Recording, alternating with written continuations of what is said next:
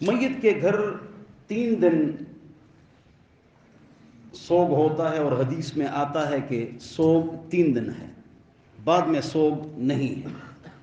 تو 3 دن کے بعد بعض لوگ جاتے ہیں میت کے گھر، جواب اگر اسی علاقے کے ہیں 3 دن کے اندر پہنچ سکتے تھے لیکن نہیں پہنچے تو وہ نہ جائے، 3 دن میں جاتا ہے نا۔ لیکن جو برطانیہ سعودیہ سے آیا یا کراچی ملتان مردان سے آیا، دور سے آیا، تو وہ جا سکتا ہے 20 دن کے بعد بھی کہ آپ کے ابو کا انتقال ہوا تھا، اللہ تعالیٰ آپ کو صبر عطا فرمائے تو جائے۔ میت کے گھر 3 دن میت کے گھر والے کھانا کھائے یا مہمان تو جائز ہے، لیکن محلے والے میت کے گھر کھانا کھائے تو یہ حرام ہے۔ ابن ماجہ جابر سے روایت رضی اللہ عنہ کہ میت کے گھر ہم کھانے کو اس طرح حرام سمجھتے تھے جس طرح ہم میت پر نوحہ کرنا یہ حرام ہے، اس طرح اس کو بھی ہم حرام سمجھتے تھے۔ مفتی صاحب لوگ جنازے کے بعد دعا کرتے ہیں، جنازے کے بعد دعا بدعت ہے، غلط ہے۔ جب میت کو دفن کریں گے، قصہ ختم ہو جائے گا، کام پورا ہو گیا تو پھر دعا کریں گے۔ دفن کے بعد دعا اجتماعی نہیں، انفرادی ہے، جہری نہیں، سری ہے، گول دیرا نہیں، قبلے کی طرف منہ کرنا ہے، تینوں باتوں پر عمل نہیں ہوگا۔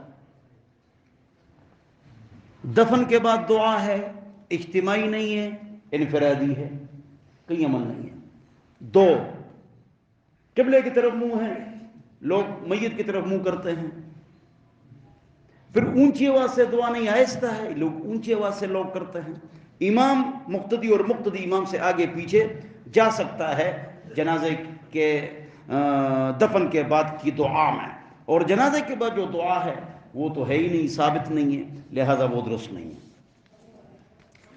جنازے سے پہلے ہاتھ اٹھانا، جنازے سے پہلے ہاتھ اٹھانا بدعت ہے، ثابت نہیں۔ لیکن جنازے کے بعد ہاتھ ثابت ہے، لیکن وہ ایسی دلیل ہے جس کی وجہ سے ہم یہی کہیں گے کہ جنازے کے بعد بھی ہاتھ اٹھانا جائز ہے، سنت بھی نہیں ہے۔ یہ سنت ہے، یہ تعزیت، آپ کی فوتگی ہو گئی تھی، ابو کا انتقال ہو گیا تھا، اللہ آپ کو صبر دے، یہ سنت ہے۔ دعا اور تعزیت میں کیا فرق ہے؟ تعزیت یہ ہے، بڑا افسوس ہوا، آپ کے ابو کا انتقال ہوا، ہم سب نے جانا ہے، اللہ تعالیٰ آپ کو صبر دے، اٹ از کالڈ تعزیت، اس کو تعزیت کہتے ہیں۔ اور ہاتھ اٹھانا، اس کے دلائل مصنف ابو بکر بن ابی شیبہ میں ہیں، بعض لوگ اس کو نہیں مانتے ہیں، اس لیے حوالہ دیتے ہیں۔